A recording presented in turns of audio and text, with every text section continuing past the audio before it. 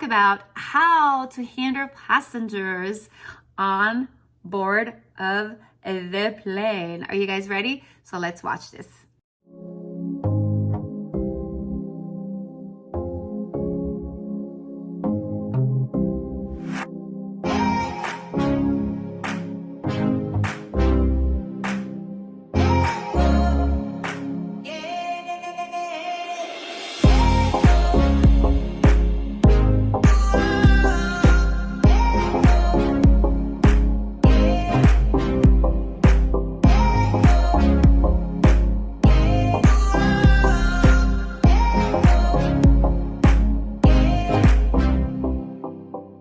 Hello everybody, I hope everyone is doing well. As you see from the title right here below, we are going to talk about our responsibility as a flight attendant and what it entails. And as you all know, we don't just serve food, right? You know that because our training is very long. So we do not learn for the next 3 to 4 weeks as we are trained how to serve you food, obviously. We are there for emergency. And also they train us how to handle passengers in emergency situations. Those are what, that's what the training is all about. Now, obviously they keep the training for the food and beverages basically on the last day, and they don't even teach us what to do. They'll just tell us, hey, this is what the chart looks like. This is what all the stuff that we're going to serve our customers looks like. Figure it out, learn it, we'll give you a picture, learn the alcohol, and here you go. So as you know, the big long, like I said, 3 to 4 week training does not consist of only serving you beverages and food, or in this case snacks with our airline. So with that said, as you all know, that is my favorite sentence, and I'm going to start my merch, and one of the teachers will say, with that said, because I know you guys keep telling me, yeah, you always say that, and you are absolutely right. And I am going to make sure that it says it on every single t-shirt.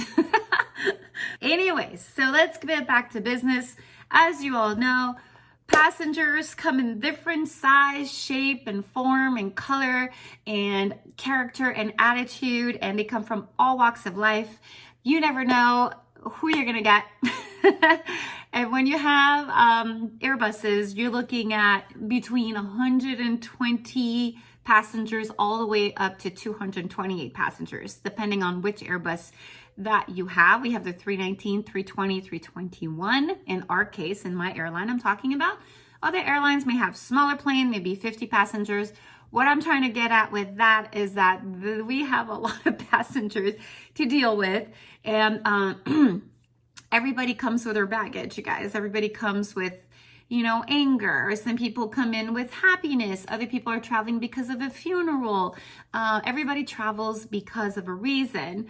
Like I said, and it's not always a positive reason. Sometimes, like I said, it is a death. There's a death in a family, so they are very sad and they're frustrated. Other people, it's a business related deal that's either gone good, gone bad, or is about to happen.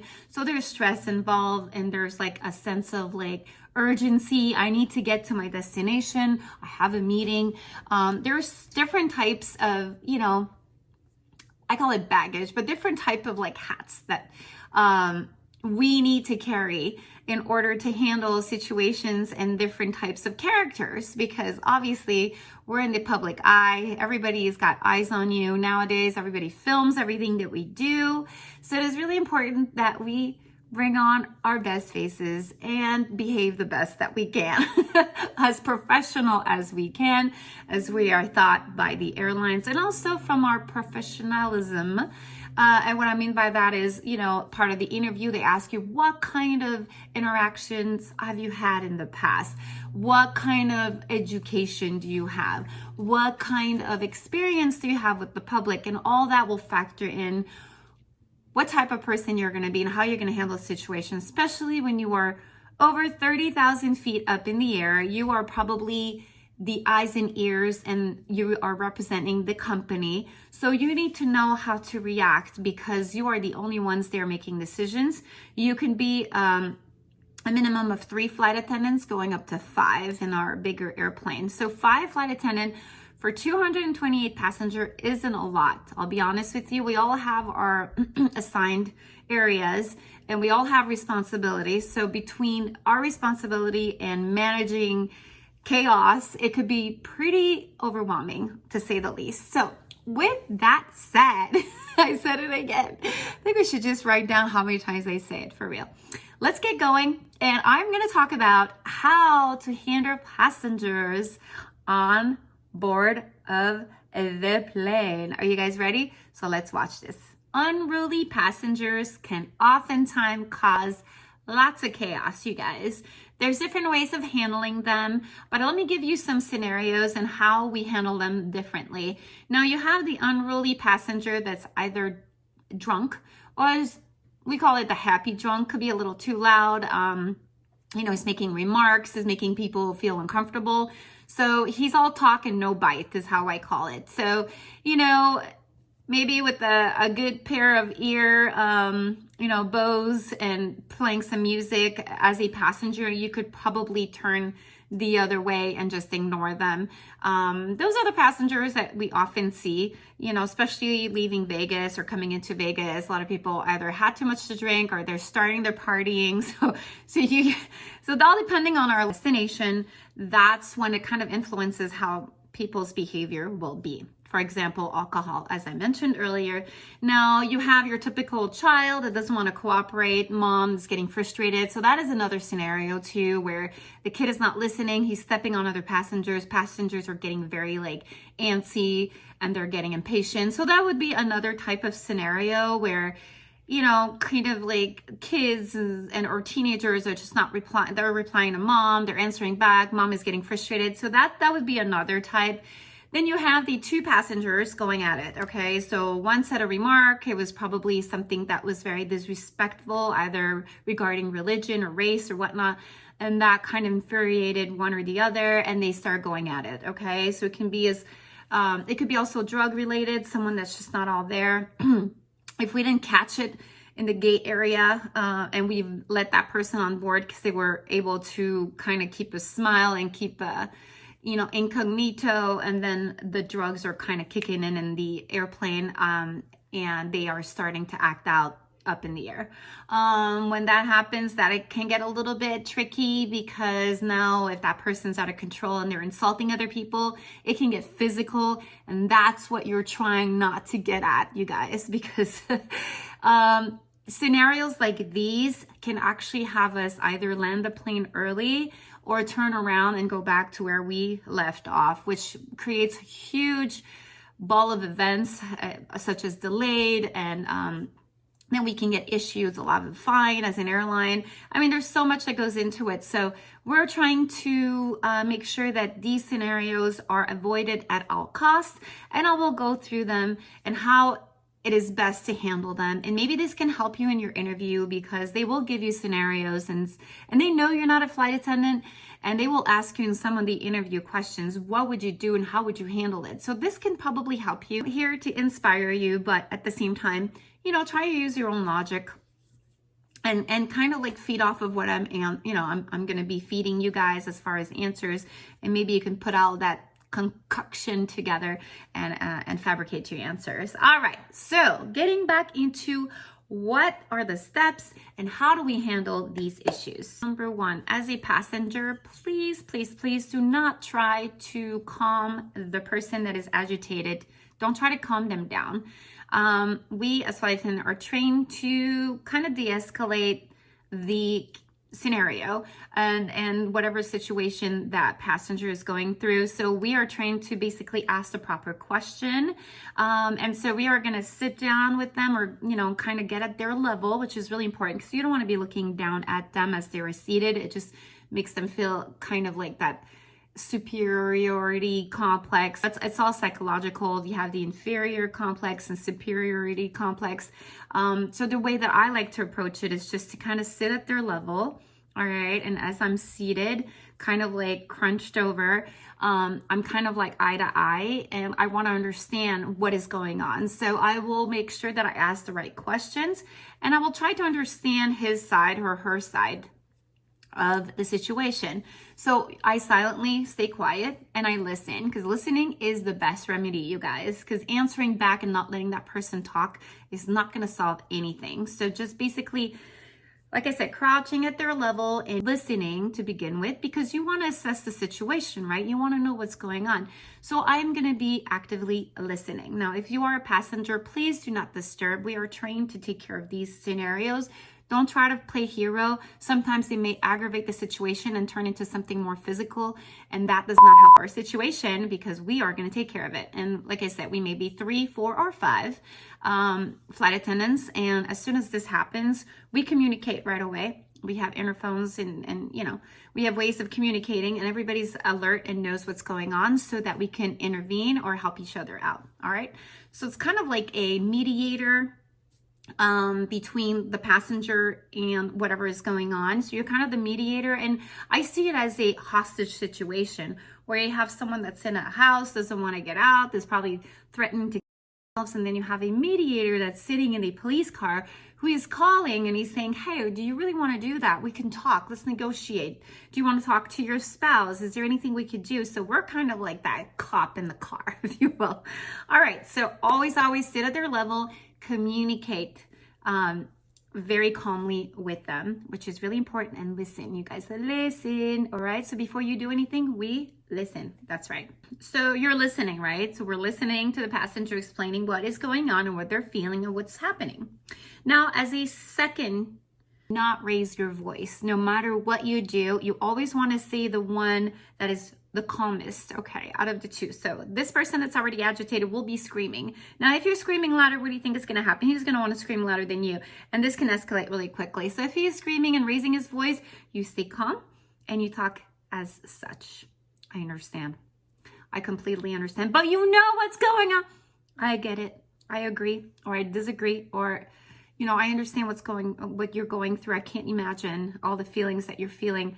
Just be empathetic to what this person is going through, but always keep your voice as low as you can, just so you do not escalate and make it into a huge ladder. So if you stay this way, he can't go higher than he is already. He'll eventually go down to your level. Eventually, that is the goal. All right? Okay, so stay calm. So listen at his level, stay calm, and listen, and do not raise your voice, you guys. So definitely, those are some of the steps. Also, it is really important as you are talking, again, very nicely, you are letting them know that their behavior is disrupting everyone else's. It's really important that you say, sir or ma'am, I understand, but as you know, this is causing a delay and we need to like finish boarding, you know, very nicely and professional. Or as you well know, you know, we're about to land. So do you mind? You know, you just have to be really, really professional, and you have to let them know that their behavior is really, really backing us up as far as an operation standpoint, and that, you know, he needs to understand that it's disrupting people. People are getting stressed out because of it, and it may cause a lot of delay. So they have to understand that there's consequences to their behavior. So it's really important that you kind of like communicate that. You can't just be always like nice in the sense that I understand, no problem, it'll be fine. You have to understand, listen, I'm calm, I'm listening to you, I'm doing what I need to do, but at the same time, you are disrupting what's going on right now.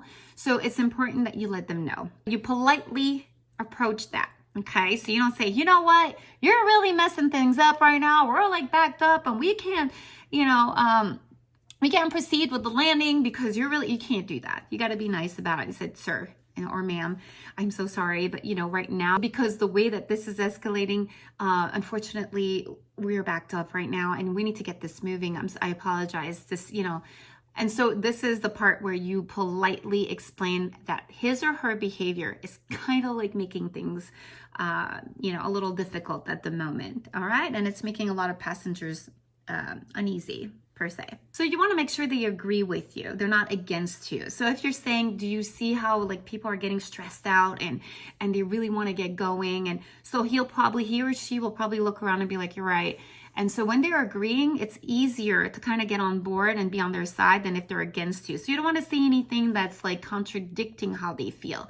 Because if you say, see what you've done, he'll be like, what do you mean what I've done? And then it's kind of like bang, bang, bang. You don't want to be butting heads. You want to be in agreement, and you want to explain, but you want him to be, or she be on board with what you're saying. Okay. Because when they're in agreement and it goes hand in hand, this will de-escalate quicker than if they're against what you're saying. Also, try not to lay a hand on that person. I know. I mean, this could be a tricky question. You might be saying to yourself, well, of course not. Flight attendants will not hit anyone. You'd be surprised. Now, what I mean by that is that you can have an unruly passenger who is calling you names from every bad name in the book, and then follows up with either a grab on the butt, or slaps you in the face, or disrespectfully grabs your hair. I'm just giving you examples, okay? Now, it's very easy to turn around and slap him. This is what we mean by kind of like getting physical. It is so tempting, because obviously this is a violation of our rights. I mean, as a woman, the minute that you're touched physically, it's a total violation. So obviously we are trying not to touch. Okay, I know we've seen online in the media, I'm sure you've seen it, where flight attendants have gotten violent, and that is I do not blame them by any means. It is definitely a defense mechanism, and I think we all have that. As young children, we play in the yard, and if somebody steals your toys, you go and you steal it back. If somebody hurts you, you hurt them back. That's just normal reaction. So if you guys feel that, hey, flight attendants shouldn't do that, sometimes it is an automatic reaction. Somebody hits you, you just want to hit them back, but you're not thinking, because the adrenaline is kicking in. And so you have to train yourself to be present in the moment and not be reactive. So action, reaction, you want to try to stop reacting out of anger, or stop reacting out of like something that is trained in you. So if the situation is happening where you feel someone grabbing you, or you feel someone hitting you, you need to take a deep breath, and you need to live in the moment and tell yourself, I have to remain professional. I can't do this. Now, I know it's really hard to do. I'm sure some of you just think that is so wrong, because if somebody hurts you, I'm going to hurt them back. And I totally get that. But you know what? Unfortunately, you are in the eyes of the public, and you have to act accordingly. And it is what it is. Now, you're allowed to speak your mind. You're allowed to say that this was uncalled for. I'm sure people of the hut will have their cameras out. That person will be banned forever. I mean, there'll be repercussion for that person hurting you, but there'll be bigger repercussion to you as a flight attendant if you are to physically hit them or hurt them. So very important, you guys, watch your hands. I always tell my kids not to hit each other. Hands are for handshakes, or for petting, or for saying congratulations, but they're not meant for aggression. So that's really important to remember, that hands are not meant to be hurting one another. So no matter how much you are getting physically abused per se, do not reply to that, because then obviously one hit or one slap, you reciprocate that, they reciprocate, so you're turning it into a huge a huge fight that you don't want, because then it's going to cause other problem, because that person that's violent is going to turn violent with you, can turn violent with other members on the flight and crew. And then it could just kind of de-escalate a lot more. So you want to stop it right away, back away, let them know to stop, and kind of, make sure that you report that person, of course, and so we can ban them in the future. So again, the goal is not to use physical force unless it is absolutely necessary, you guys. And he's being aggressive to not just you, but everyone. Now he needs to be kind of controlled. That's when you have to use force. And that's when we basically have to pin him down and figure out a way to subdue him or her. And so that's when we'll use kind of like our little, well, there's more to it, but I can't get into it because that's kind of like our safety procedure, and those are things that I can't talk about. But just know that if we need to use force, we will, and especially if that's our protection. All right. So I hope this was informative, you guys. I mean, this is stuff that probably but until you're faced with it, it's hard to think that, oh my God, now I have to use everything that I've learned. And sometimes things come up right away. Other time you just don't know how to handle them. Again, we have the captain for backup. If there's anything, the lead will communicate with the captain. The captain will then make the decision as to if we should turn the plane around or if we should emergency land, and basically have him or her escorted upon our arrival. And if we do, then you know what? I mean, if we have to do it, we have to do it, you guys, because our safety is number one. And that's what we're trained for, safety. So I hope this was informative. If you guys want to see more videos, make sure to subscribe. I try to upload every single week. So click that notification bell, ding, ding, right here. Also, if you guys are interested in my bracelet, I am almost selling out, believe it or not. So get yours ASAP. Like I said, it's brought so much luck. My website is authenticfengshuibracelet.com. If it's too long for you to remember, I'll put the link under here. It's also under powerfulbracelet.com. No S at bracelet. So powerful bracelet or real authentic feng shui bracelets with an S.com. So if you can't remember, like I said, it'll be posted there. Make sure you get yours. Those were all blessed by the temple monk. Then I have some more that I'm making that I'm going to have to bless some more. But right now, the ones that I've made are ready to go, are ready to ship. And I do have a coupon code if you subscribe on my website. I think it'll give you about, I want to say 10%, so about $5 off the bracelet.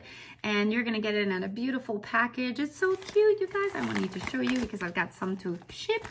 All right, look how cute, you guys. It'll come in this little frame, 3D frame, nicely packaged. As soon as I get your order, it'll be shipped. If you have any questions, you can email me. As far as coaching, you guys, a lot of you are getting it's kind of moving. The industry is moving now. They're rehiring. Everybody's getting busy. I'm getting a lot of coaching sessions coming up.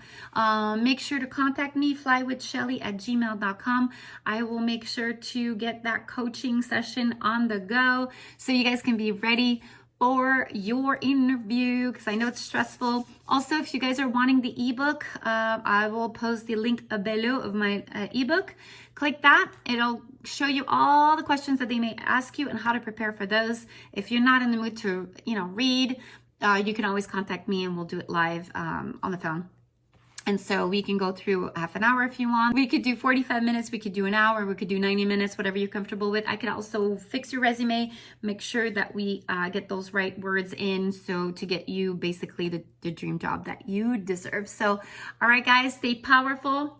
You got this. Can't wait to hear about your new job. I know you guys are getting ready. You're all excited. I can't wait to see all these new flight attendants flourishing all over the place for this coming summer. So I love you guys. See you later on my next video. Bye. Don't forget, subscribe. Bye. As we, depart or, leave, take off, or come in, or land, whatever it is that I'm trying to say. It doesn't make sense.